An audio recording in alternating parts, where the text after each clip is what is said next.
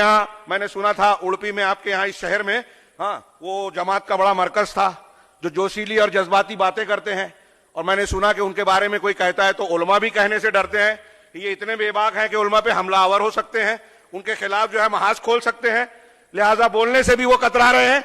ऐसा माहौल आप क्यों बनाते हो भाई कि सही लोग सही बात कहने से डर जाएं? ये नबी सल्लल्लाहु अलैहि वसल्लम का तरीका देखिए लोगों की इस्लाह का, उम्मत को गलबा दिलाने का। अल्लाह के नबी सल्लल्लाहु अलैहि वसल्लम के बाद थोड़े ही मुद्दत में, आपके दौर से ही फुतूहात का सिलसिला शुरू हो गया था, और थोड़ी ही मुद्दत में मुसलमान और इस्लाम दुनिया के 1/3 हिस्से से ज्यादा पर फतेह पा लिए। और ये जो तहरीकियत, जोश और जज्बातियत के साथ जदीद दौर की खारिजियत अपना काम कर रही है, 100 साल से ये मुसलमान उम्मत को नुकसान पहुंचा रही है, कोई फायदा कौम और मिल्लत को नहीं पहुंचा।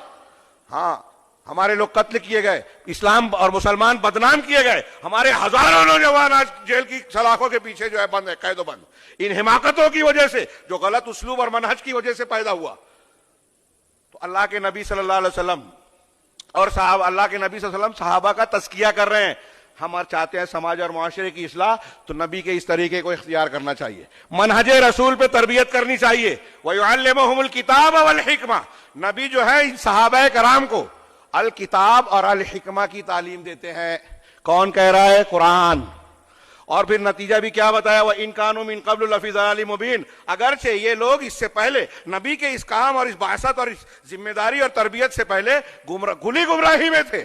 अल्लाह ताला का ये जुमला क्या बता रहा है कि सहाबा पहले खुली गुमराही में थे, लेकिन अल्लाह के रसूल ने जब तिलावत आयात की, जब तज़किया किया, अल किताब और अल हिकमा की तालीम दी, तो अब गुमराह नहीं रहे, अब पूरी उम्मत और इंसानियत के मुअल्लिम और बन गए, लोगों के सरदार बन गए।